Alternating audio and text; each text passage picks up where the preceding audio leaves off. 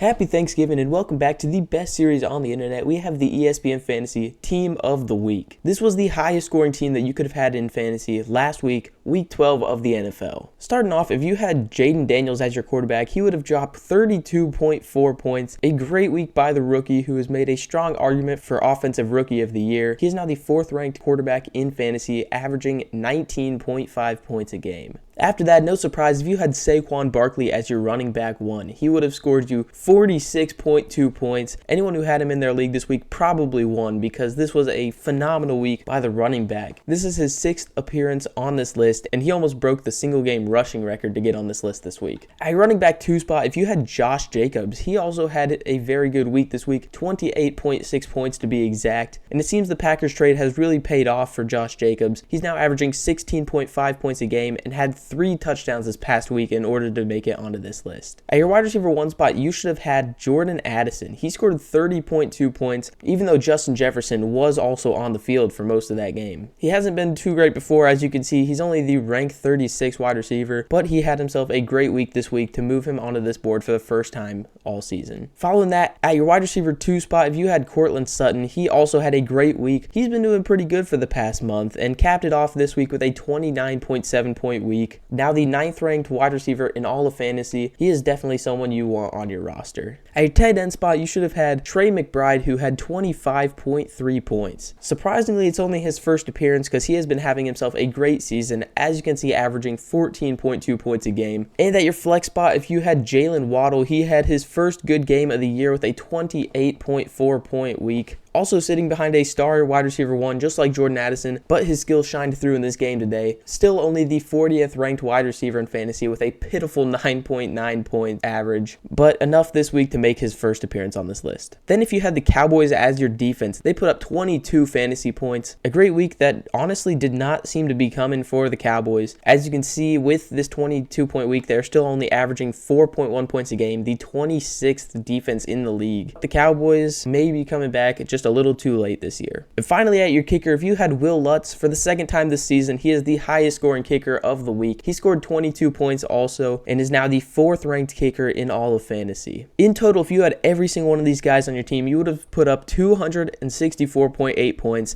This is a crazy high number for a fantasy team to score. For example, the average team would have scored 130 to maybe 140 points, and this team would have beat those by well over 100. But did you have any of these guys on your team? Tell me down in the comments below, and be sure to check out some of these videos on your screen now.